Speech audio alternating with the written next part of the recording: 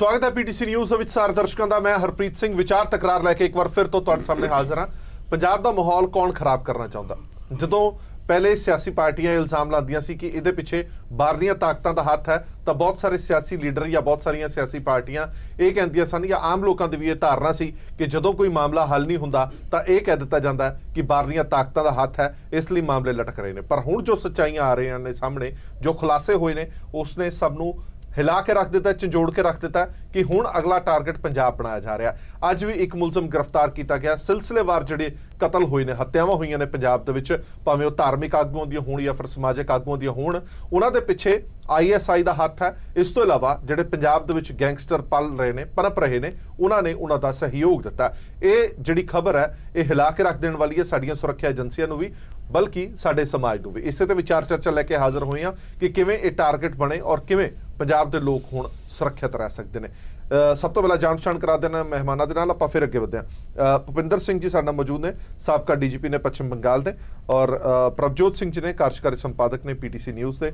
इस दे नाल ही साडे नाल प्रोफैसर मुहम्मद खालिद साहब ने, प्रोफैसर ने पंजाब यूनिवर्सिटी के, और काफ़ी पकड़ इन्हां मुद्दों पर। करनैल सिंह पीर मुहम्मद साहब ने AISSF के प्रधान ने, अमरदीप सिंह तारनी साहब सीनियर वकील ने। स्वागत है सारे मेहमानों का। मैं भुपिंदर सिंह जी शुरुआत तुहाडे तो करांगा। एक गल समझ नहीं आ रही, कित्थे इंग्लैंड, कित्थे इटली, कित्थे पंजाब, कित्थे पाकिस्तान, ये सारियां तंदां, ये सारे तार जुड़े किवें आखिरकार?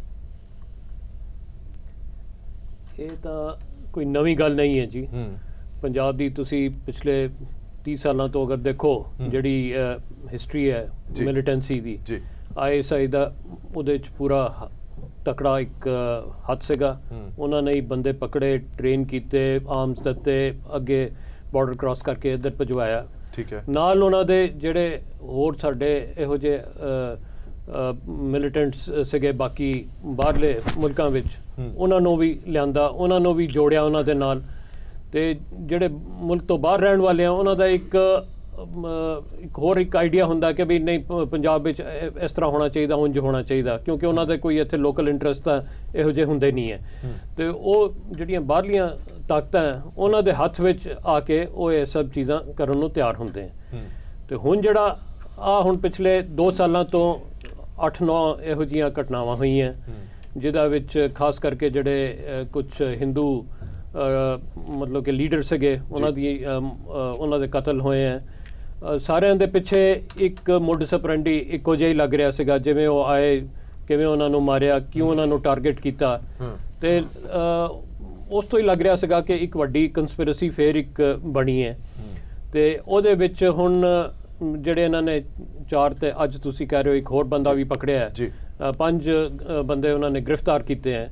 ਉਹਨਾਂ ਦੀ ਇੰਟਰੋਗੇਸ਼ਨ ਵਿੱਚੋਂ ਜੋ ਉਹਨਾਂ ਨੂੰ ਮਿਲਿਆ ਜ਼ਰੂਰ ਸਾਹਮਣੇ ਉਹਨਾਂ ਨੇ ਪੁਲਿਸ ਨੇ, DG ਸਾਹਿਬ ਨੇ ਤੇ CM ਸਾਹਿਬ ਨੇ ਪੇਸ਼ ਕੀਤਾ। ਤੇ ਇਹਦੇ ਵਿੱਚ ਕੋਈ ਮੈਨੂੰ ਲੱਗਦਾ ਨਹੀਂ ਕੋਈ ਬਹੁਤ ਕੋਈ ਸੰਕੋਚ ਦੀ ਗੱਲ ਹੈ। ਸੋ ਅਗਲਾ ਟਾਰਗੇਟ ਜੇ ਪੰਜਾਬ ਬਣਾਇਆ ਗਿਆ ਕਸ਼ਮੀਰ ਤੋਂ ਇਲਾਵਾ ਤਾਂ ਇਸ ਦੇ ਵਿੱਚ ਕੋਈ ਅਤਕਥਨੀ ਨਹੀਂ ਹੋਏਗੀ। ਮੈਂ ਪ੍ਰਭਜੋਤ ਸਿੰਘ ਜੀ ਤੁਹਾਡੇ ਤੋਂ ਜਾਣਨਾ ਚਾਹੁੰਦਾ, ਤੁਹਾਨੂੰ नहीं लगता कि ये सारे जो तार असीं वेखदे हां कि एक तार इंग्लैंड जुड़ रही है, कोई इटली जुड़ रही है, कोई पाकिस्तान जुड़ रही है, कोई पंजाब जुड़ रही है, तो ये सारा नैटवर्क है जिहड़ा, ये सारे नैटवर्क दे विच एक अहम भूमिका एक चीज़ ने निभाई है, वो है सोशल मीडिया। पंजाब दे विच जिन्ने भी गैंगस्टर्स ने आम तौर पर हुण ये देखण नूं मिलिਆ, कोई भी वड्डी वारदात नूं अंजाम दिंदे ने, सोशल मीडिया ते अपलोड करते हैं, अपनी शेखी दसदे ने कि असीं अंजाम दिता। की तुहानूं नहीं लगता कि सोशल मीडिया ते अजिहियां गतिविधियां नूं पाना ये सीधा सीधा सुनेहा दिंदा उन्हां धिरां नूं, उन्हां लोकां नूं जिहड़े चाहुंदे ने कि पंजाब दे विच अमन शांति कानून दी व्यवस्था जिहड़ी ओह भंग कीती जाए? बिल्कुल हरप्रीत, जिहड़ी तुसीं गल कही ये बिल्कुल ठीक है। वो इस करके ठीक है कि अगे जे तुसी पुरानी मिलिटेंसी जी पंजाब सी टैरर सी जी, उदों जो तुसीं देखदे सी तां मुंडे इत्थों ल्योर करके पाकिस्तान ले जाए जाते सी, ट्रेंड किए जाते सी। पर जदों हुण उन्हां नूं बिल्कुल ट्रेंड बंदे फेसबुक ते मिल जाते हैं कि असीं आ कारा कीता, असीं ये क्लेम कीता, उन्हां नूं हुण पाकिस्तान ले जाण दी लोड़ नहीं। उन्हां दा सिर्फ सोशल मीडिया ते इन्हां बंदियां नाल कंटैक्ट एस्टैबलिश करना, तां उन्हां नूं एक रेडीमेड फोर्स मिल जाती है। सो इत्थे मैनूं लगता है कि इत्थे साडियां इंटैलीजेंस एजेंसीज ते साडी पुलिस मैनूं फेल हुंदी नज़र आ रही है, क्योंकि जदों हर चीज़ जदों तुसीं जेल ब्रेक कांड होए ਹਰ ਚੀਜ਼ ਉਹਨਾਂ ਨੇ ਆਪਣੇ ਫੇਸਬੁੱਕ ਅਕਾਊਂਟਾਂ ਤੇ ਪਾਈ, ਅਪਲੋਡ ਕੀਤੀ, ਉਹਨਾਂ ਨੂੰ ਰੈਗੂਲਰਲੀ ਉਹ ਅਪਡੇਟ ਕਰਦੇ ਰਹੇ ਨੇ ਜੀ, ਤੇ ਅਸੀਂ ਉਹਨਾਂ ਤੇ ਨਜ਼ਰ ਨਹੀਂ ਰੱਖ ਸਕੇ। ਔਰ ਅੱਜ ਸਵੇਰ ਦੀਆਂ ਮੈਂ ਖਬਰਾਂ ਪੜ੍ਹ ਰਿਹਾ ਸੀ ਕਿ ਅੰਮ੍ਰਿਤਸਰ ਪੁਲਿਸ ਨੇ ਇਸ਼ਤਿਹਾਰ ਜਾਰੀ ਕੀਤੇ ਨੇ ਗੈਂਗਸਟਰਸ ਦੇ ਕਿ ਉਹ ਕਿੰਨੇ ਕੇਸਾਂ ਵਿੱਚ ਵਾਂਟਡ ਨੇ।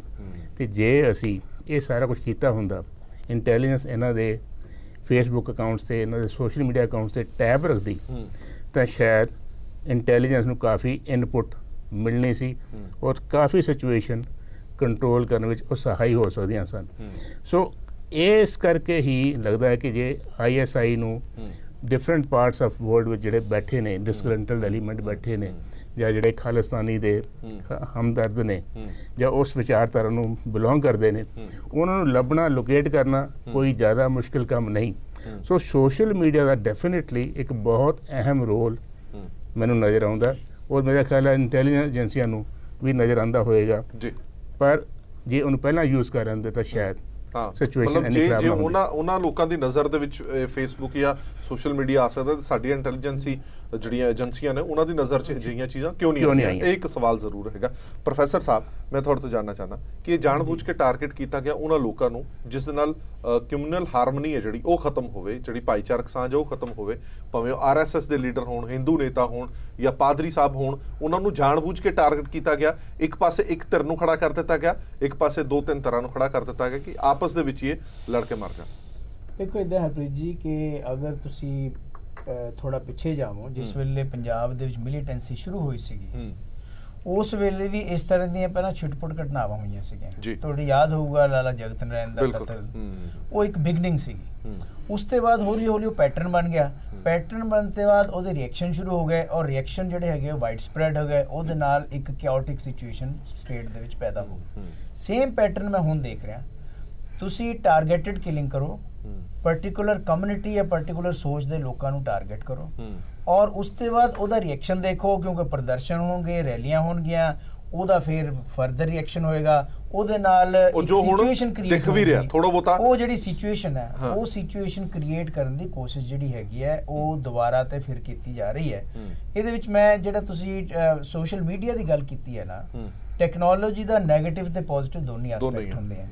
ਜਿਹੜਾ ਨੈਗੇਟਿਵ ਐਸਪੈਕਟ ਹੈ, ਜਿਹੜਾ ਕਿ ਆਪਾਂ ਹੁਣ ਡਿਸਕਸ ਕਰ ਰਹੇ ਹਾਂ, ਉਹਨੂੰ ਠੱਲ ਪਾਉਣੀ, ਉਹਨੂੰ ਕੰਟਰੋਲ ਕਰਨਾ, ਉਹਦੇ ਪਰ ਨਿਗਾਹ ਰੱਖਣੀ, ਇਹ ਜਿਹੜੀਆਂ ਸਾਈਬਰ ਏਜੰਸੀਜ਼ ਸਾਡੀਆਂ ਜਿਹੜੀਆਂ ਹੈਗੀਆਂ, ਉਹਨਾਂ ਦਾ ਪੁਲਿਸ ਨਾਲ ਜਾਂ ਇੰਟੈਲੀਜੈਂਸ ਨਾਲ ਰਿਲੇਟਡ ਉਹਨਾਂ ਦਾ ਕੰਮ ਹੈਗਾ। ਕਿਉਂਕਿ ਮੈਨੂੰ ਇੱਦਾਂ ਲੱਗ ਰਿਹਾ ਹੈ, ਅਗਰ ਆਪਾਂ ਦੇਖੀਏ ਵਰਲਡ ਦੇ ਡਿਫਰੈਂਟ ਜਗ੍ਹਾ ਤੋਂ ਲੋਕ ਇਕੱਠੇ ਹੋ ਕੇ ਸੋਸ਼ਲ ਮੀਡੀਆ ਜਾਂ ਟੈਕਨੋਲੋਜੀ ਦਾ ਸਹਾਰਾ ਲੈ ਕੇ ਉਹ ਇਸ ਤਰ੍ਹਾਂ ਦਾ ਇੱਕ ਨੈਟਵਰਕ ਕ੍ਰੀਏਟ ਕਰ ਰਹੇ ਆ ਪੰਜਾਬ ਦੇ ਵਿੱਚ ਹਾਲਾਤ ਖਰਾਬ ਕਰਨ ਵਾਸਤੇ, ਤਾਂ ਸਾਨੂੰ ਉਹਦੀ ਕਾਊਂਟਰ ਇੰਟੈਲੀਜੈਂਸ ਵੀ ਓਨੀ ਹੀ ਮਜ਼ਬੂਤ ਸ਼ਾਰਪ ਜਿਹੜੀ ਹੈਗੀ ਹੈ ਮਜ਼ਬੂਤ ਰੱਖਣੀ ਪਏਗੀ।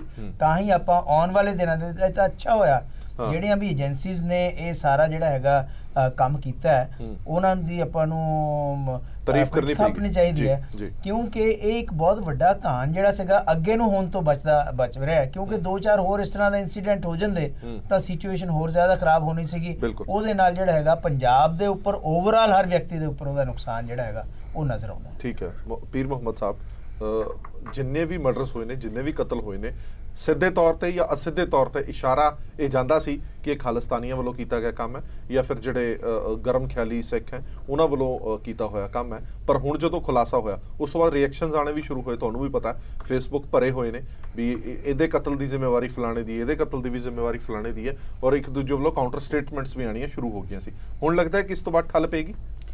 ਦੇਖੋ ਇਹ ਜਿਹੜਾ ਘਟਨਾਕ੍ਰਮ ਵਾਪਰ ਰਿਹਾ ਇਸ ਦੇ ਵਿੱਚ 3 ਮੇਨ ਕਾਰਨ ਨੇ। ਇੱਕ ਤਾਂ ਜਿਵੇਂ ਤੁਸੀਂ ਸੋਸ਼ਲ ਮੀਡੀਆ ਦੀ ਗੱਲ ਕੀਤੀ ਹੈ, ਉੱਥੇ ਜਿਹੜੀ ਦੂਸ਼ਣਬਾਜ਼ੀ ਦਾ ਦੌਰ ਚੱਲਦਾ, ਉਹਦੇ ਤੋਂ ਇੱਕ ਆਈਡੀਆ ਇਹ ਲਗਾ ਲਿਆ ਜਾਂਦਾ ਹੈ ਕਿ ਸ਼ਾਇਦ ਜਿਹੜੇ ਕਿ ਹਿੰਦੂ ਲੀਡਰ ਨੇ ਇਹਨਾਂ ਨੂੰ ਸ਼ਾਇਦ ਖਾਲਿਸਤਾਨੀਆਂ ਨੇ ਜਾਂ ਜਿਹੜੇ ਉਸ ਵਿਚਾਰਧਾਰਾ ਦੇ ਆ ਬੰਦੇ ਉਹਨਾਂ ਨੇ ਇਹਨਾਂ ਨੂੰ ਮਾਰਿਆ ਹੋਵੇਗਾ। ਲੇਕਿਨ ਅੱਜ ਜਿਹੜਾ ਗੈਂਗਸਟਰ ਦਾ ਇੱਕ ਨਾਮ ਦੇ ਕੇ ਪੰਜਾਬ ਦੀ ਨੌਜਵਾਨ ਪੀੜ੍ਹੀ ਦੇ ਉੱਪਰ ਇੱਕ ਜਿਹੜਾ ਚੱਲ ਰਿਹਾ ਹੈ, ਉਸ ਦੇ ਵਿੱਚ ਸਾਨੂੰ ਘੋਖਣ ਦੀ ਲੋੜ ਹੈ। ਠੀਕ ਹੈ, ਜਿਹੜੇ ਪੁਲਿਸ ਨੇ ਕਿਹਾ ਕਿ ਅਸੀਂ ਬੰਦੇ ਫੜ ਲਏ ਆ, ਇੰਟਰੋਗੇਸ਼ਨ ਕੀਤੀ ਹੈ, ਜਾਂ ਜੋ ਉਹਨਾਂ ਦੀਆਂ ਜਾਂਚ ਏਜੰਸੀਆਂ ਨੇ ਉਹ ਕੀ ਸੱਚ ਹੈ ਉਹ ਸਾਰਾ ਆਉਣ ਵਾਲੇ ਸਮੇਂ ਦੇ ਵਿੱਚ ਤੁਹਾਡਾ ਮੀਡੀਆ ਟ੍ਰਾਇਲ ਵੀ ਚੱਲੇਗਾ, ਉਹਦੇ ਤੇ ਸਾਰਾ ਕੁਝ ਸਾਹਮਣੇ ਆਵੇਗਾ। ਲੇਕਿਨ ਇਹ ਜਿਹੜਾ ਗੈਂਗਸਟਰ ਕਲਚਰ ਜਿਹੜਾ ਪੰਜਾਬ ਦੇ ਅੰਦਰ ਚੱਲ ਰਿਹਾ ਹੈ, ਇਹ ਵੀ ਇੱਕ ਬੜਾ ਭਿਆਨਕ ਤਰਾਸਦੀ ਹੈ। ਇਹਦੇ ਪਿੱਛੇ ਸਰਕਾਰ ਨੂੰ, ਸਿਸਟਮ ਨੂੰ ਸਮਝਣਾ ਪਵੇਗਾ ਕਿ ਇਹ ਨੌਜਵਾਨ ਇਸ ਪਾਸੇ ਕਿਉਂ ਜਾ ਰਹੇ ਨੇ। ਜਿਹੜੇ ਨੌਜਵਾਨ ਪੜ੍ਹੇ ਲਿਖੇ ਨੇ ਉਹਨਾਂ ਦੇ ਬਹੁਤ ਸਾਰੇ ਗੈਂਗਸਟਰ ਦੀਆਂ ਇੰਟਰਵਿਊ ਜਿਹੜੀਆਂ ਨੇ ਟੀਵੀ ਚੈਨਲਾਂ ਦੇ ਉੱਪਰ ਵੀ ਚੱਲੀਆਂ ਨੇ, ਸੋਸ਼ਲ ਮੀਡੀਆ ਤੇ ਵੀ ਚੱਲੀਆਂ ਨੇ, ਤਾਂ ਉਹਨਾਂ ਨੇ ਦੱਸਿਆ ਹੈ ਕਿ ਸਾਨੂੰ ਮਜਬੂਰ ਕੀਤਾ ਗਿਆ ਘਰਾਂ ਤੋਂ। ਸਾਡੇ ਉੱਪਰ ਜਿਹੜੇ ਰਾਜਨੀਤਿਕ ਲੋਕ ਨੇ, ਜਦੋਂ ਅਸੀਂ ਉਹਨਾਂ ਦੇ ਚੁਗਲ ਦੇ ਵਿੱਚ ਆ ਗਏ ਤਾਂ ਉਹਨਾਂ ਨੇ ਸਾਨੂੰ ਵਰਤਿਆ ਵੀ ਤੇ ਬਾਅਦ ਦੇ ਵਿੱਚ ਸਾਡੀ ਬਾਤ ਨਹੀਂ ਪੁੱਛੀ। ਇਸ ਤਰ੍ਹਾਂ ਦੀਆਂ ਜਿਹੜੀਆਂ ਗੱਲਾਂ ਨੇ, ਇਸ ਨੂੰ ਧਰਮ ਨਾਲੋਂ ਨਿਖੇੜ ਕੇ ਵੇਖਣ ਦੀ ਲੋੜ ਹੈਗੀ ਹੈ। ਇਹਦੇ ਮੈਂ ਸਮਝਣਾ ਕਿ ਇੱਕ ਬੇਰੁਜ਼ਗਾਰੀ ਜਿਹੜੀ ਹੈ ਨਾ, ਉਹ ਇੱਕ ਮੇਨ ਕਾਰਨ ਹੈਗਾ। ਤੇ ਇੱਕ ਜਿਹੜੀ ਸ਼ੋਹਰਤ, ਬਹੁਤ ਸਾਰੇ ਗੈਂਗਸਟਰ ਨੇ ਇਹ ਵੀ ਗੱਲ ਕਹੀ ਹੈ ਕਿ ਅਸੀਂ ਸ਼ੋਹਰਤ ਵਾਸਤੇ, ਕਿ ਸਾਡਾ ਨਾਮ ਦੁਨੀਆ ਤੇ ਇੱਕ ਵੱਖਰੀ ਕਿਸਮ ਦਾ ਹੋਵੇ, ਅਸੀਂ ਤਾਂ ਇਹ ਘਟਨਾਵਾਂ ਕਰਦੇ ਹਾਂ। ਸੋ ਇਹ ਜਿਹੜੀਆਂ ਗੱਲਾਂ ਨੇ ਕਦੇ ਵੀ ਕਿਸੇ ਵੀ ਧਰਮ ਦੇ ਨਾਲ ਜੋੜ ਕੇ ਨਹੀਂ ਗੱਲ ਕਰਨੀ ਚਾਹੀਦੀ। ਜਿਹੜੇ ਵੀ ਬੰਦੇ ਮਾਰੇ ਗਏ ਨੇ, ਉਹ ਜਿਹੜੇ ਆ ਉਹਨਾਂ ਦੇ ਪਰਿਵਾਰ ਦੁਖੀ ਨੇ, ਸਮਾਜ ਦੁਖੀ ਹੈ।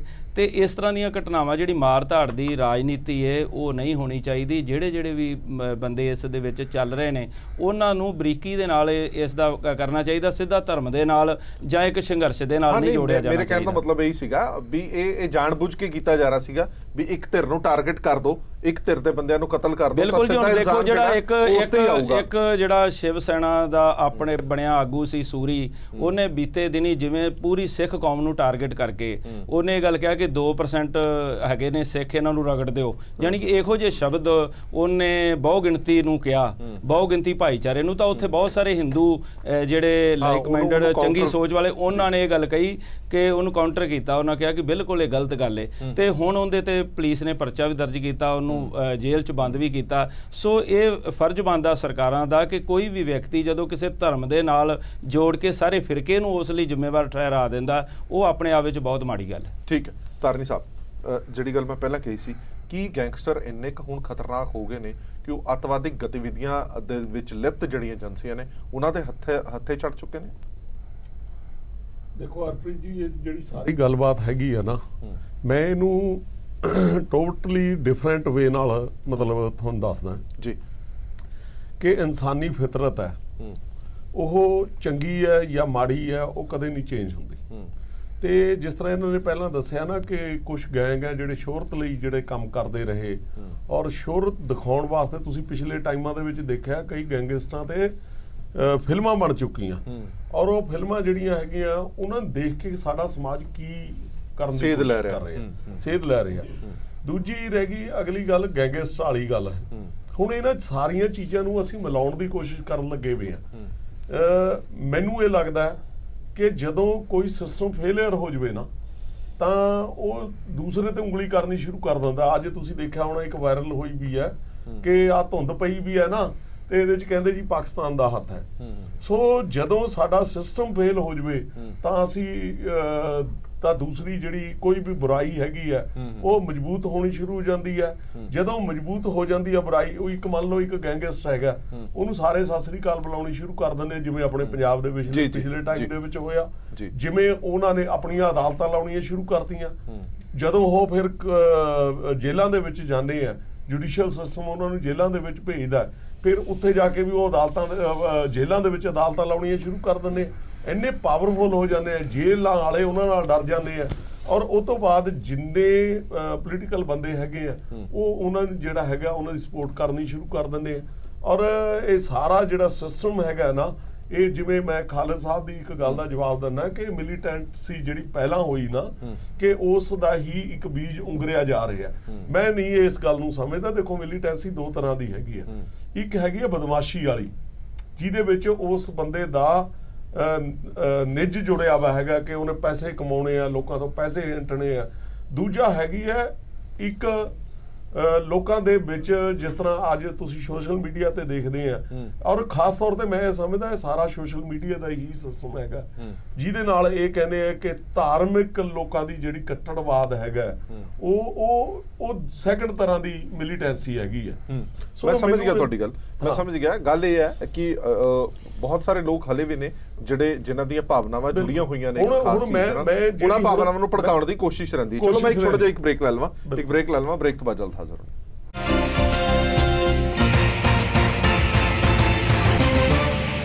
ब्रेक तो बाद दर्शकों का एक बार फिर तो स्वागत है। साडी विचार चर्चा जारी है। आज भी डीजीपी साहब ने प्रेस कॉन्फ्रेंस की है और उस दे विच खुलासा किया है कि जिहड़ा पंजवां मुजरम है उसनूं भी गिरफ्तार कर लिया गया और 8 केस ने जिहड़े वो हल करन दा दावा किया गया और ये सीधा तार दसे जा रहे हैं कि पाकिस्तान की एजेंसी है जिहड़ी उहदे नाल जुड़े हुए ने और टारगेट जानबूझ के किया गया तां जो जिहड़ी फिरकू सांझ हैगी है वो खत्म हो सके।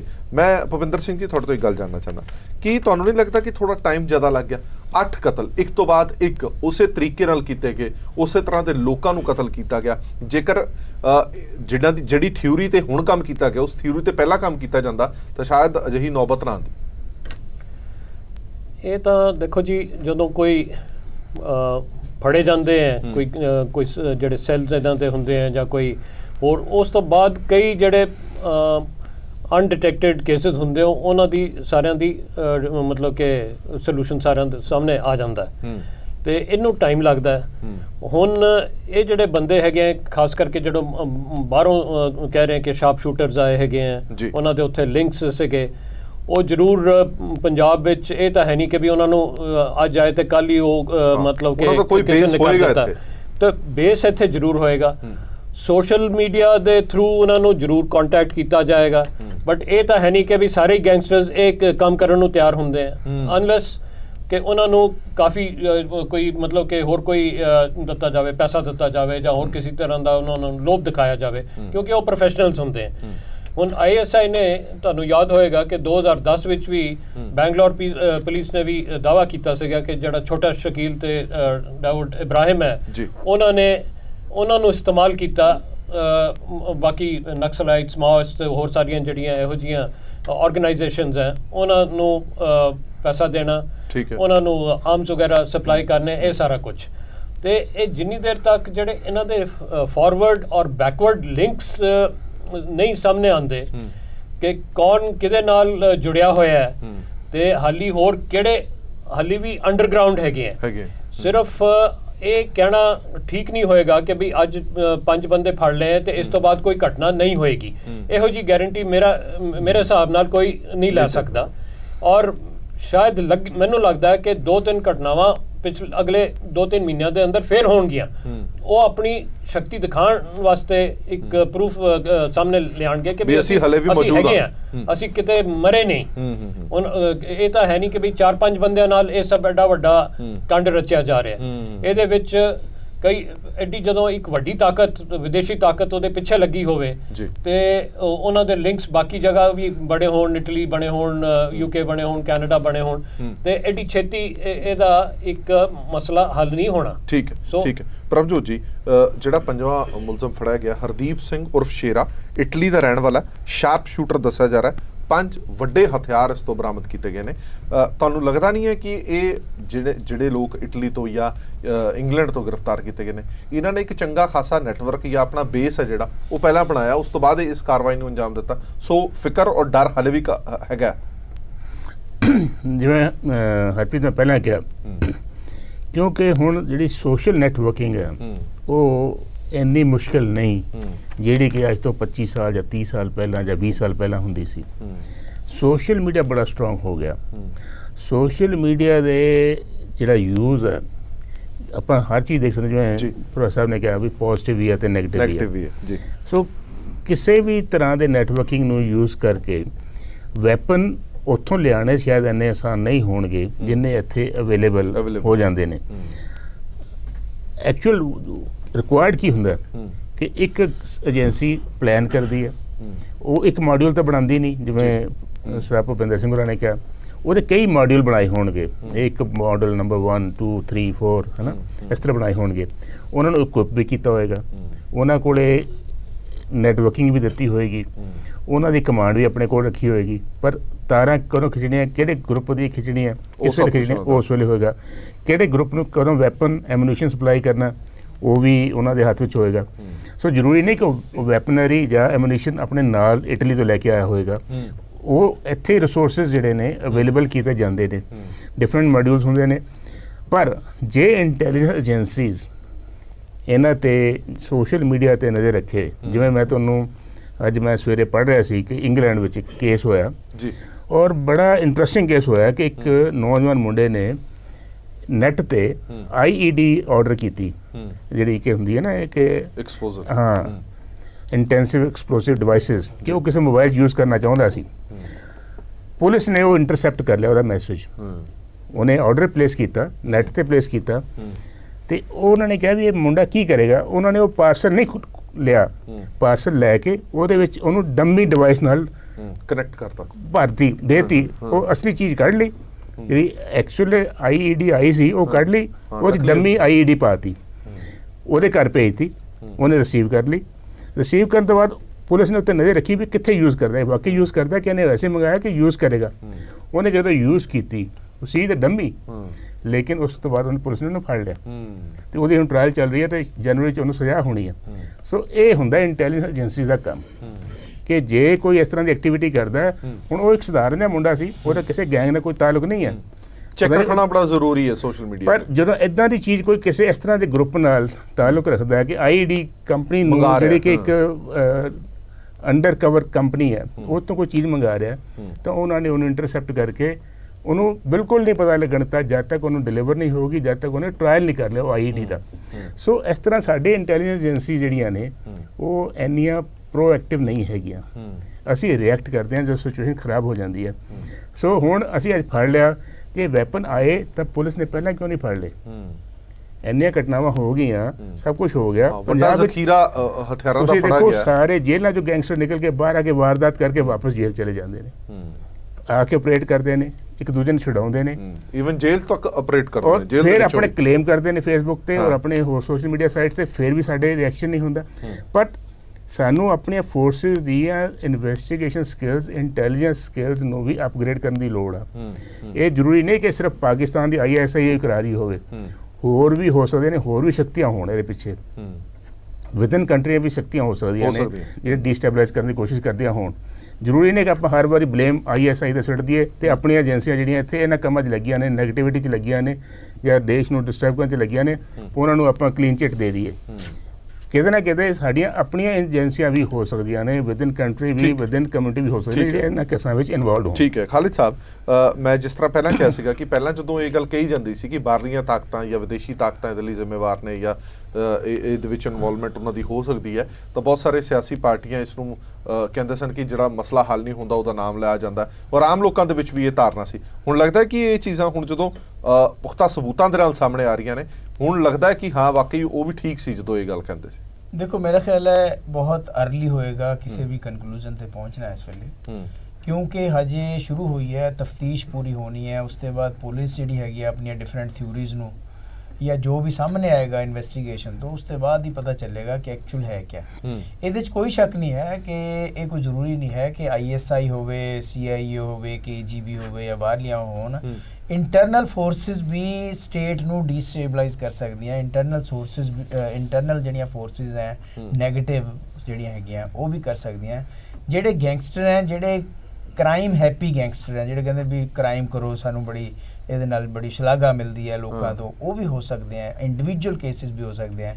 ਲੇਕਿਨ ਜਿਸ ਤਰੀਕੇ ਦਾ ਪੈਟਰਨ ਨਜ਼ਰ ਆ ਰਿਹਾ ਉਹਦੇ ਵਿੱਚ ਇੱਦਾਂ ਲੱਗਦਾ ਹੈ ਕਿ ਡਿਫਰੈਂਟ ਕਿਸਮ ਦੇ ਸਲੀਪਰ ਸੈੱਲ ਵੀ ਕ੍ਰੀਏਟ ਕੀਤੇ ਹੋਣਗੇ ਪੰਜਾਬ ਦੇ ਵਿੱਚ, ਔਰ ਪੈਰਲਲ ਸੈੱਲ ਵੀ ਕ੍ਰੀਏਟ ਕੀਤੇ ਹੋਣਗੇ ਜਿਨ੍ਹਾਂ ਦਾ ਇੱਕ ਦੂਸਰੇ ਨੂੰ ਪਤਾ ਨਹੀਂ ਹੋਏਗਾ ਕਿ ਕੌਣ ਕਿਸ ਉਹਦੇ ਨਾਲ ਕੰਮ ਕਰਦਾ। ਜਿਵੇਂ ਕਿ ਜਿਹੜੀ ਮਿਲੀਟੈਂਟ ਆਰਗੇਨਾਈਜੇਸ਼ਨਸ ਕਰਦੀਆਂ ਉਹਦੇ ਨਾਲ ਕੀ ਹੋਏਗਾ ਕਿ ਇਹਨਾਂ ਤੋਂ ਜਿਹੜੀ ਤਫਤੀਸ਼ ਹੋ ਰਹੀ ਹੈ ਉਹਦੇ ਵਿੱਚੋਂ ਜੇ ਸਾਰਾ ਕੁਝ ਸਾਹਮਣੇ ਆਏਗਾ ਤਾਂ ਉਹਨਾਂ ਦੀ ਫਰਦਰ ਜਿਹੜੀ ਸਲੀਪਿੰਗ ਨੈਟਵਰਕਿੰਗ ਹੈ ਜਾਂ ਜਿਹੜੀ ਸੋਸ਼ਲ ਸਪੋਰਟ ਹੈ, ਜਨਤਾ ਤੋਂ ਸਪੋਰਟ ਹੈ ਜਾਂ ਕੋਈ ਐਸੇ ਸੈੱਲ ਹੈਗੇ ਜਿਹੜੇ ਉਹਨਾਂ ਨੂੰ ਇੰਟਰਨਲੀ ਸਪੋਰਟ, ਉਹ ਸਾਰੇ ਵੀ ਸਾਹਮਣੇ ਆਉਣਗੇ ਤਾਂ ਹੀ ਪੂਰਾ ਖੁਲਾਸਾ ਹੋ ਸਕਦਾ ਹੈ।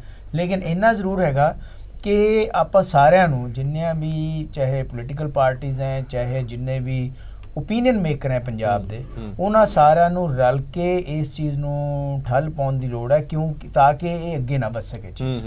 ਆਪਾਂ ਇਹਦਾ ਬਹੁਤ ਪਿਛਲੇ 10-15 ਸਾਲ ਆਪਾਂ ਨੇ ਚੰਗਾ ਭੋਗਿਆ ਔਰ ਬਹੁਤ ਨੁਕਸਾਨ ਹੋਇਆ ਪੰਜਾਬ ਦਾ, ਉਹ ਜਿਹੜਾ ਹੈਗਾ ਦੁਬਾਰਾ ਨਹੀਂ ਹੋਣਾ। ਠੀਕ ਹੈ ਪੀਰ ਮੁਹੰਮਦ ਸਾਹਿਬ, ਹੁਣ ਇੱਕ ਚਰਚਾ ਇਹ ਵੀ ਛਿੜ ਗਈ ਹੈ, ਜਿਸ ਤਰ੍ਹਾਂ ਤੁਸੀਂ ਕਹਿ ਰਹੇ ਸੀ ਉਹ ਟੋਨ ਤੋਂ ਵੀ ਇਹ ਪਤਾ ਲੱਗਦਾ ਕਿ ਜਿਹੜੇ ਬੰਦੇ ਫੜੇ ਗਏ ਨੇ ਉਹਨਾਂ ਤੇ ਵੀ ਹੁਣ ਕਿੰਤੂ ਪਰੰਤੂ ਕੀਤਾ ਜਾ ਰਿਹਾ, ਕਿਉਂਕਿ ਉਹਨਾਂ ਦੇ ਵਿੱਚ ਵੀ ਇੱਕ ਦੋ ਅਜਿਹੇ ਨੇ ਜਿਹੜੇ ਸਿੱਖ ਧਰਮ ਨਾਲ ਸੰਬੰਧ ਰੱਖਦੇ ਨੇ। ਹੁਣ ਇਹ ਵੀ ਕਿਹਾ ਜਾ ਰਿਹਾ ਕਿ ਇਹ ਵੀ ਜਾਂਚ ਹੋਣੀ ਚਾਹੀਦੀ ਹੈ, ਕਿਤੇ ਇਹਨਾਂ ਨੂੰ ਫਸਾਇਆ ਤਾਂ ਨਹੀਂ ਜਾ ਰਿਹਾ। ਦੇਖੋ ਸਰਦਾਰ ਹਰਪ੍ਰੀਤ ਸਿੰਘ ਜੀ, ਸਭ ਤੋਂ ਤਾਂ ਮੇਨ ਗੱਲ ਇਹ ਆ ਕਿ ਇਸ ਤੋਂ ਵੀ ਪਹਿਲਾਂ ਜਿਹੜੀਆਂ ਘਟਨਾਵਾਂ ਵਾਪਰੀਆਂ, 8 ਵਿਅਕਤੀ ਮਾਰੇ ਗਏ ਜਾਂ ਬਹੁਤ ਸਾਰੀਆਂ ਘਟਨਾਵਾਂ ਵਾਪਰੀਆਂ, ਇੱਕ ਫਿਰਕੇ ਨਾਲ ਸੰਬੰਧਿਤ ਬੰਦੇ ਮਾਰੇ ਗਏ, ਬੜੇ ਦੁੱਖ ਦੀ ਗੱਲ ਹੈ।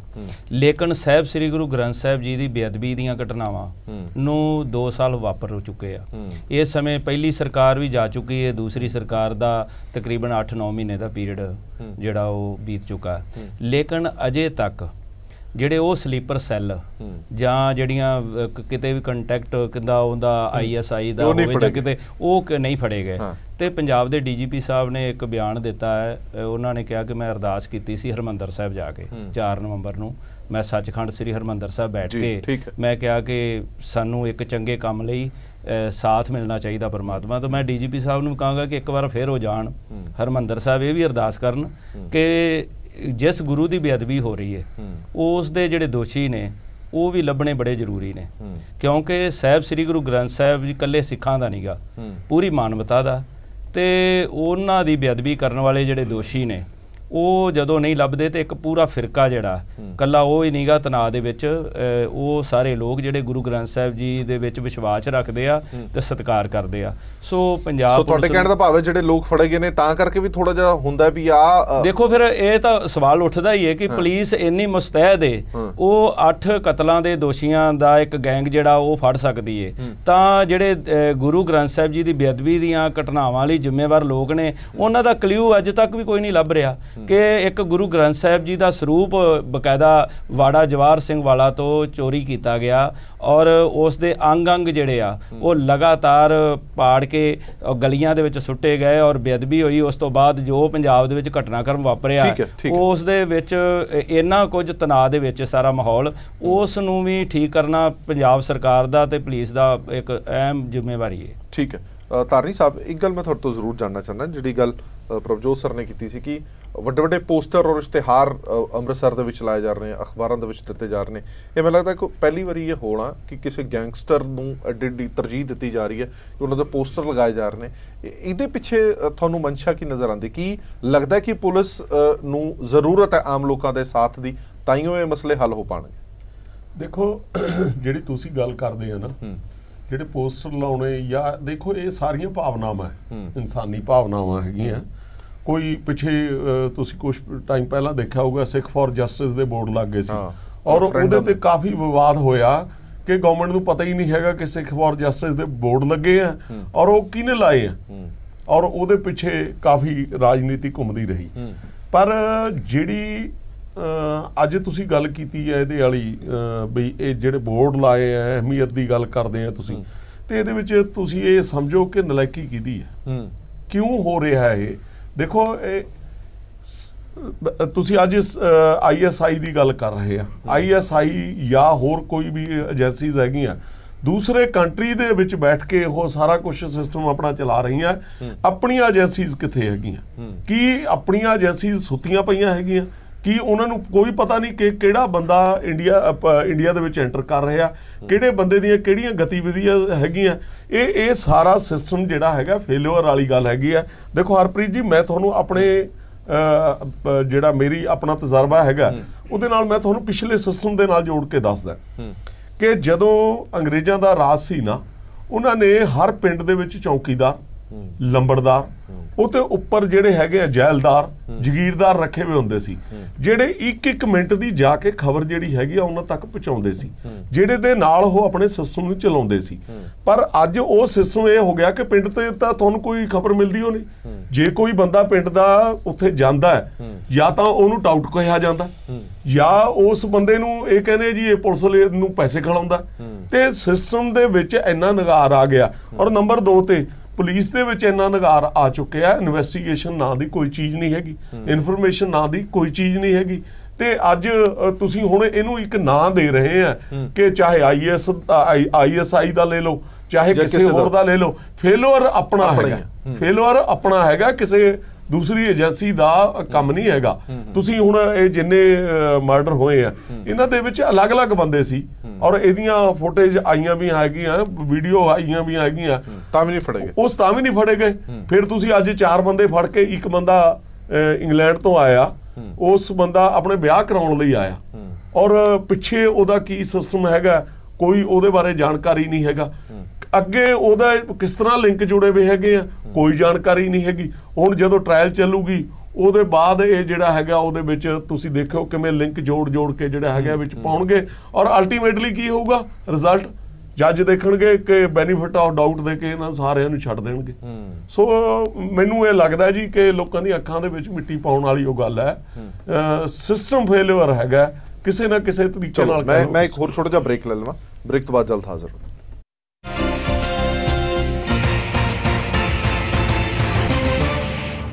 ਬ੍ਰੇਕ ਤੋਂ ਬਾਅਦ ਇੱਕ ਵਾਰ ਫਿਰ ਤੋਂ ਸਵਾਗਤ ਹੈ। ਸਾਰੇ ਮਹਿਮਾਨ ਵੀ ਸਾਡੇ ਨਾਲ ਜੁੜੇ ਹੋਏ ਨੇ ਔਰ ਚਰਚਾ ਹੋ ਰਹੀ ਹੈ ਕਿ ਕਿਵੇਂ ਸਿਸਟਮ ਦੀ, ਜਿਸ ਤਰ੍ਹਾਂ ਧਾਰਨੀ ਸਾਹਿਬ ਨੇ ਗੱਲ ਕੀਤੀ ਸੀ ਕਿ ਸਾਡੀਆਂ ਸੁਰੱਖਿਆ ਏਜੰਸੀਆਂ ਦੀ ਫੇਲੀਅਰ ਹੈ। ਜੇਕਰ ਉਹ ਏਜੰਸੀਆਂ ਇਹਨਾਂ ਲੋਕਾਂ ਨੂੰ ਪਛਾਣ ਸਕਦੀਆਂ ਨੇ, ਪਛਾਣ ਕੇ ਉਹਨਾਂ ਨੂੰ ਇਹਨਾਂ ਕਾਰਵਾਈਆਂ ਨੂੰ ਅੰਜਾਮ ਦੇਣ ਦੇ ਲਈ ਮੁਹੱਈਆ ਕਰਵਾ ਸਕਦੇ ਨੇ ਸਾਰੀਆਂ ਚੀਜ਼ਾਂ, ਤੇ ਸਾਡੀਆਂ ਏਜੰਸੀਆਂ ਸੁੱਤੀਆਂ ਪਈਆਂ ਨੇ, ਇਹਨਾਂ ਨੂੰ ਕਿਉਂ ਨਹੀਂ ਉਹਨਾਂ ਨੇ ਪਹਿਲਾਂ ਹੀ ਧਰ ਲਿਆ। ਮੈਂ ਭਵਿੰਦਰ ਸਿੰਘ ਜੀ ਤੁਹਾਡੇ ਤੋਂ ਪੁੱਛਣਾ ਚਾਹੁੰਦਾ, ਜਿਹੜੀ ਗੱਲ ਹੁਣ ਇੱਕ ਇਹ ਵੀ ਚੱਲ ਰਹੀ ਹੈ ਕਿ ਪਕੋਕਾ ਲਿਆਂਦਾ ਜਾਏਗਾ, ਤੁਹਾਨੂੰ ਲੱਗਦਾ ਹੈ ਕਿ ਉਸ ਚੀਜ਼ ਦੇ ਨਾਲ ਫਾਇਦਾ ਹੋਣ ਵਾਲਾ ਸੂਬੇ ਦੇ ਵਿੱਚ? ਪਕੋਕਾ ਦੇ ਨਾਲ ਪੁਲਿਸ ਨੂੰ ਕਾਫੀ ਮਦਦ ਮਿਲੇਗੀ। ਇੱਕ ਗੱਲ ਹੈ ਕਿ ਬਈ ਡਿਟੈਂਸ਼ਨ ਪੀਰੀਅਡ ਲੰਬਾ ਹੋ ਜਾਏਗਾ, ਪੁਲਿਸ ਕਸਟਡੀ ਵਿੱਚ 30 ਦਿਨਾਂ ਦੀ ਮਿਲ ਸਕੇਗੀ, ਬੇਲ ਛੇਤੀ ਕਿਤੇ ਹੋਏਗੀ ਨਹੀਂ, ਤੇ ਅਗਰ ਸਹੀ ਦੁਰਵਰਤੋਂ ਨਹੀਂ ਹੋ ਸਕਦੀ ਉਹਦੀ। ਹਾਂਜੀ, ਦੁਰਵਰਤੋਂ ਵੀ ਤਾਂ ਹੋ ਸਕਦੀ ਨਹੀਂ, ਉਹ ਤਾਂ ਹੈਗੀ ਹੈ। ਦੇਖੋ ਜੀ, ਕੋਈ ਵੀ ਲਾਅ ਹੋਏਗਾ ਉਹਦਾ ਅਬਿਊਜ਼ ਕੋਈ ਵੀ ਕਰ ਸਕਦਾ ਹੈ, ਤੇ ਉਹਨੂੰ ਅਬਿਊਜ਼ ਜਦ ਕਿ ਨਾ ਹੋਵੇ ਉਹਦੇ ਵਾਸਤੇ ਸੇਫਗਾਰਡ ਜ਼ਰੂਰ ਹੋਣੇ ਚਾਹੀਦੇ ਆ।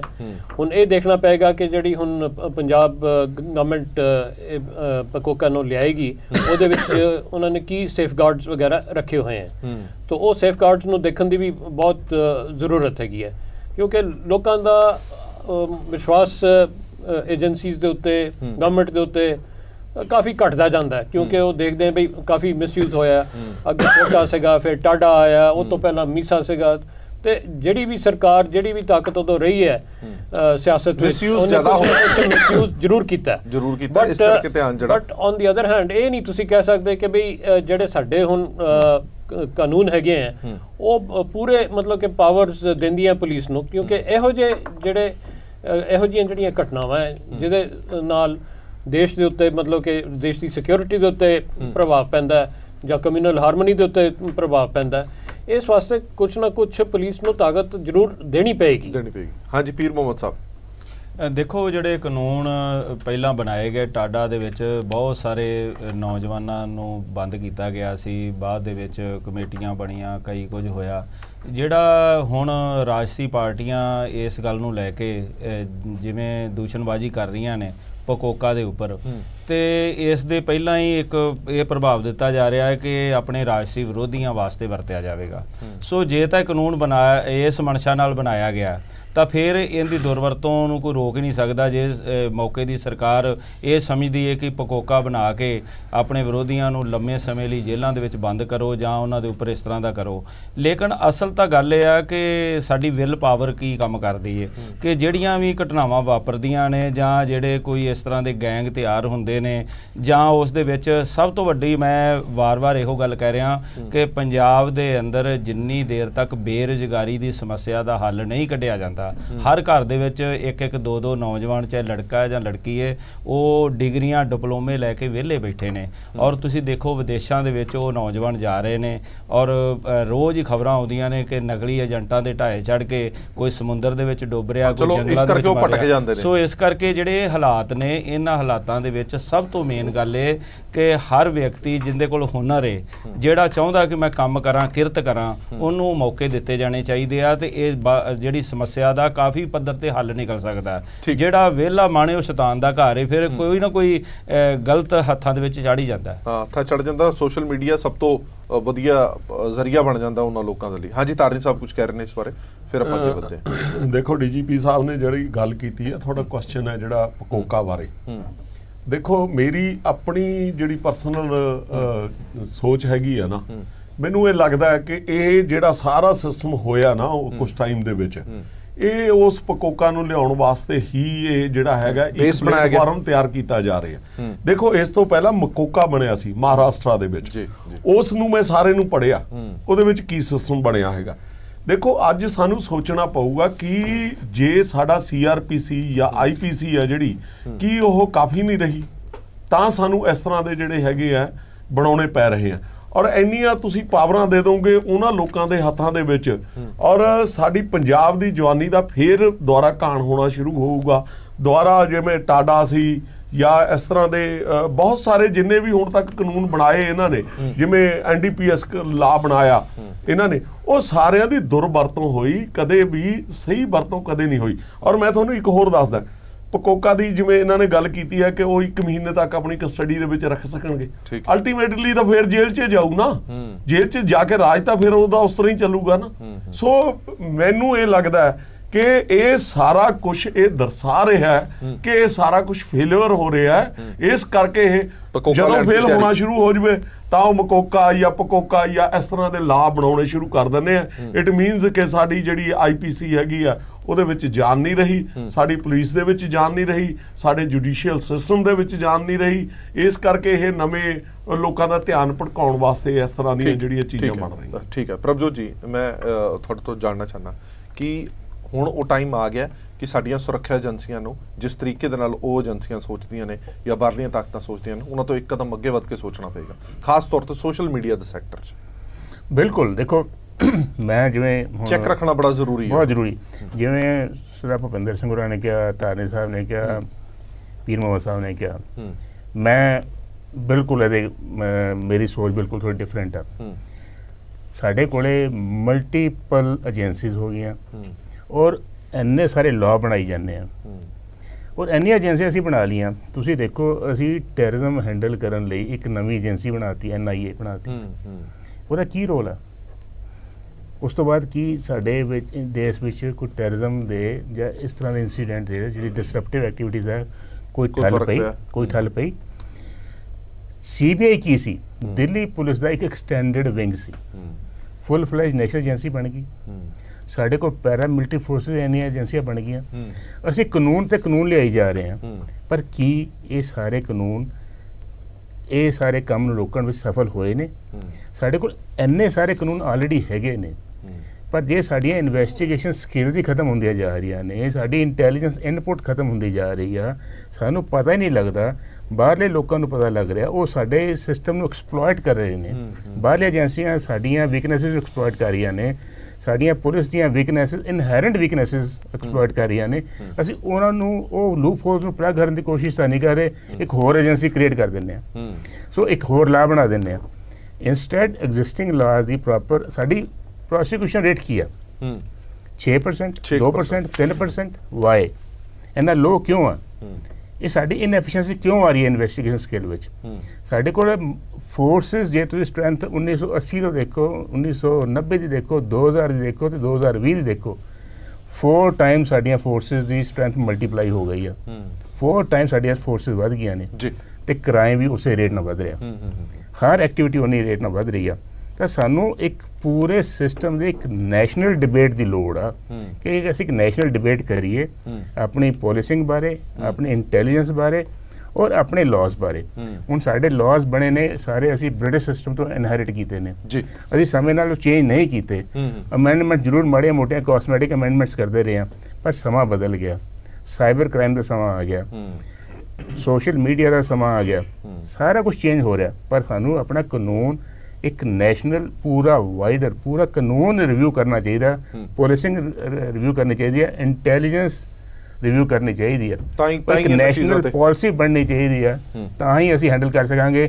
ਇੱਕ ਇੱਥੇ ਸਟੈਪ ਲੈ ਲਿਆ, ਇੱਕ ਉੱਥੇ ਸਟੈਪ ਲੈ ਲਿਆ, ਮਹਾਰਾਸ਼ਟਰ ਨੇ ਕੋਈ ਕਾਨੂੰਨ ਬਣਾਤਾ, ਪੰਜਾਬ ਨੇ ਕੋਈ ਕਾਨੂੰਨ ਬਣਾਤਾ, ਇਟ ਡਜ਼ਨਟ ਵਰਕ। ਠੀਕ we have to have a coherent national policing policy. ਠੀਕ ਹੈ ਖਾਲਿਦ ਸਾਹਿਬ, ਮੈਂ ਆਨਾ ਪੀਰ ਮੁਹੰਮਦ ਸਾਹਿਬ ਤੁਹਾਡੇ ਕੋਲ ਵੀ। ਖਾਲਿਦ ਸਾਹਿਬ, ਮੇਰਾ ਇੱਕ ਸਵਾਲ ਹੈ ਕਿ ਤੁਹਾਨੂੰ ਲੱਗਦਾ ਕਿ ਜਿਹੜੀਆਂ ਦਹਿਸ਼ਤਗਰਦ ਜਥੇਬੰਦੀਆਂ ਨੇ, ਪਹਿਲਾਂ ਦਹਿਸ਼ਤ ਫੈਲਾਣੀ ਵੀ ਕਿਸੇ ਸੂਬੇ ਦੇ ਵਿੱਚ ਉਹਨਾਂ ਨੂੰ ਆਪਣੇ ਬੰਦੇ ਭੇਜਣੇ ਪੈਂਦੇ ਸੀ ਔਰ ਉਹਨਾਂ ਨੂੰ ਟ੍ਰੇਨ ਕਰਨਾ ਪੈਂਦਾ ਸੀ, ਉਹ ਵੇਖਦੇ ਸੀ, ਰੇਕੀ ਕਰਦੇ ਸੀ।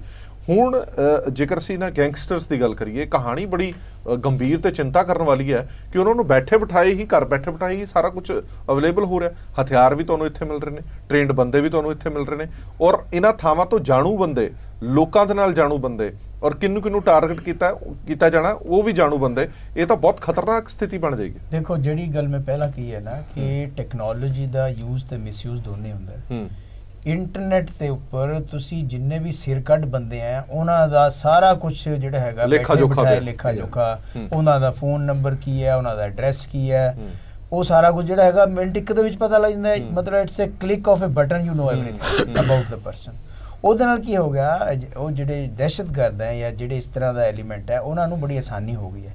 ਦੂਸਰੇ ਪਾਸੇ ਪੁਲਿਸ ਨੂੰ ਵੀ ਆਸਾਨੀ ਹੋ ਗਈ ਹੈ, CCTV ਕੈਮਰੇ ਹਰ ਜਗ੍ਹਾ ਲੱਗੇ ਹੋਏ ਆ, ਉਹ ਕੈਪਚਰ ਕਰ ਲੈਂਦੇ ਆ ਸੀਨ ਨੂੰ, ਉਹਦਾ ਪਤਾ ਲੱਗ ਜਾਂਦਾ ਵੀ ਭਾਈ ਪਹਿਲਾਂ 20 ਸਾਲ ਪਹਿਲਾਂ ਇਹ ਚੀਜ਼ਾਂ ਨਹੀਂ ਸੀਗੀਆਂ। ਤਾਂ ਮੇਰੇ ਕਹਿਣ ਦਾ ਮਤਲਬ ਹੈਗਾ ਜਿਹੜੀਆਂ ਏਜੰਸੀਜ਼ ਹੈ ਉਹਨਾਂ ਨੂੰ ਬਜਾਏ ਇਸ ਦੇ ਕਿ ਪੁਰਾਣੇ ਢੰਗ ਦੇ ਨਾਲ ਇਨਵੈਸਟੀਗੇਸ਼ਨਸ ਜਾਂ ਸਾਰਾ ਕੁਝ ਕਰੇ, ਸਮਾਰਟ ਤਰੀਕੇ ਅਪਣਾਉਣੇ ਚਾਹੀਦੇ ਆ। ਉਹ ਸਮਾਰਟ ਤਰੀਕਾ ਹੈਗਾ ਟੈਕਨੋਲੋਜੀ ਦਾ ਸਮਾਰਟ ਇਸਤੇਮਾਲ ਜਿਹੜਾ ਹੈਗਾ, ਜਿਹੜਾ ਕਿ ਉਹ ਕਰ ਰਹੇ ਆ ਤੇ ਆਪਾਂ ਉਹਨਾਂ ਤੋਂ ਇੱਕ ਸਟੈਪ ਅੱਗੇ ਹੋਣਾ ਚਾਹੀਦਾ। ਜਿਹੜੀਆਂ ਏਜੰਸੀਜ਼ ਹੈ ਇੱਕ ਸਟੈਪ ਤਾਂ ਹੀ ਮਤਲਬ ਠੱਲ ਪੈ ਸਕਦੀ ਹੈ, ਅਦਰਵਾਈਜ਼ ਉਹ ਆਪਣਾ ਕੰਮ ਕਰਦੇ ਜਾਣਗੇ। ਅੱਜ ਇੱਕ ਸੈੱਲ ਫੜਿਆ ਗਿਆ, ਉਸ ਤੋਂ ਬਾਅਦ 2-4 ਹੋਰ ਘਟਨਾਵਾਂ ਹੁੰਦੀਆਂ, ਫਿਰ ਦੂਸਰਾ ਸੈੱਲ ਫੜਿਆ ਜਾਊਗਾ, ਲੇਕਿਨ ਇਹ ਐਂਡਲੈਸ ਪ੍ਰੋਸੈਸ ਹੋ ਜਾਏਗਾ।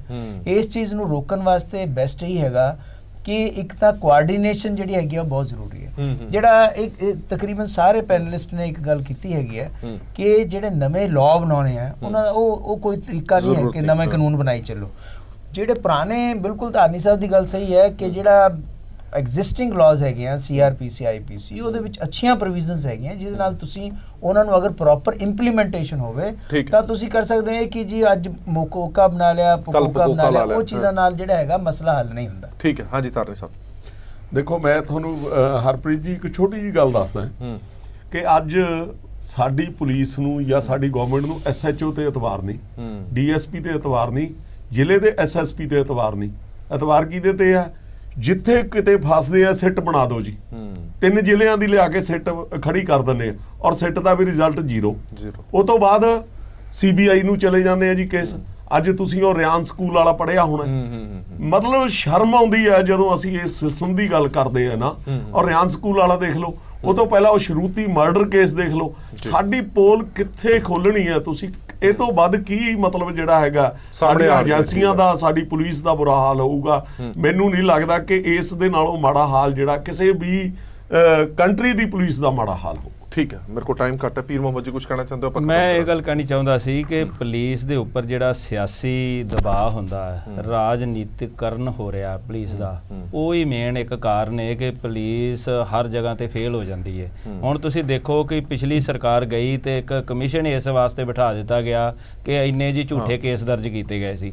ਹੁਣ ਪਕੋਕਾ ਬਣਾ ਰਹੇ ਨੇ, ਉਹਦੇ ਉੱਪਰ ਫਿਰ ਇੱਕ ਜਾ ਕੇ ਇਨਵੈਸਟੀਗੇਸ਼ਨ ਕੀਤੀ ਜਾਵੇਗੀ ਨਵੀਂ ਸਰਕਾਰ ਦੀ ਕਿ ਜਿੰਨੇ ਜੀ ਕੇਸ ਜਿਹੜੇ ਉਦੋਂ ਦਰਜ ਕੀਤੇ ਗਏ ਯਾਨੀ ਕਿ ਇਹ ਇੱਕ ਇਸ ਤਰ੍ਹਾਂ ਦਾ ਮਾਹੌਲ ਬਣਾਇਆ ਜਾ ਰਿਹਾ ਕਿ ਜਿੰਦੀ ਲਾਠੀ ਤੇ ਉਹਦੀ ਬਹਿਸ, ਉਹ ਕੰਮ ਹੋ ਰਿਹਾ। ਇਸ ਤਰ੍ਹਾਂ ਦਾ ਮਾਹੌਲ ਨਹੀਂ ਹੋਣਾ ਚਾਹੀਦਾ। ਪੁਲਿਸ ਜਿਹੜੀ ਹੈ ਉਹਦੀ ਪੁਲਿਸਿੰਗ ਜਿਹੜੀ ਹੈ ਉਹ ਅੱਛੇ ਤਰੀਕੇ ਨਾਲ ਪਬਲਿਕ ਵਾਸਤੇ ਹੋਵੇ ਤਾਂ ਇਹ ਸਾਰਾ ਕੁਝ ਰੋਕ ਸਕਦਾ। ਠੀਕ ਹੈ, ਬਹੁਤ ਬਹੁਤ ਧੰਨਵਾਦ ਜੀ ਸਾਰੇ ਮਹਿਮਾਨਾਂ ਦਾ ਇਸ ਪੂਰੀ ਵਿਚਾਰ ਚਰਚਾ 'ਚ ਬਣੇ ਰਹਿਣ ਦੇ ਲਈ। ਸੋ ਉਮੀਦ ਅਸੀਂ ਇਹੀ ਕਰਦੇ ਹਾਂ ਕਿ ਜਿਹੜੇ ਲੋਕ ਫੜੇ ਗਏ ਨੇ ਔਰ ਉਹਨਾਂ ਦੀ ਨਿਸ਼ਾਨਦੇਹੀ ਤੇ ਹਾਲੇ DGP ਸਾਹਿਬ ਕਰਨੇ, ਹੋਰ ਵੀ ਗ੍ਰਿਫਤਾਰੀਆਂ ਹੋ ਸਕਦੀਆਂ ਨੇ। ਔਰ ਬੜੀ ਇੰਟਰਸਟਿੰਗ ਗੱਲ ਰਹੀ ਹੈ ਇਸ ਵਾਰ ਕਿ ਜਿਹੜੇ ਲੋਕ ਫੜੇ ਗਏ ਨੇ ਆਮ ਲੋਕਾਂ ਨੇ ਔਰ ਜਿਨ੍ਹਾਂ ਦੇ ਪਰਿਵਾਰਕ ਮੈਂਬਰ ਮਾਰੇ ਗਏ ਸੀਗੇ, ਉਹਨਾਂ ਨੇ ਇਹ ਮੰਗ ਕੀਤੀ ਹੈ ਕਿ ਉਹਨਾਂ ਨੂੰ ਪਬਲਿਕ ਕੀਤਾ ਜਾਵੇ, ਉਹਨਾਂ ਨੂੰ ਦੱਸਿਆ ਜਾਵੇ ਇਹ ਕੌਣ ਸੀ, ਉਹਨਾਂ ਦੀਆਂ ਸ਼ਕਲਾਂ ਉਹਨਾਂ ਨੂੰ ਦਿਖਾਈਆਂ ਜਾਣ।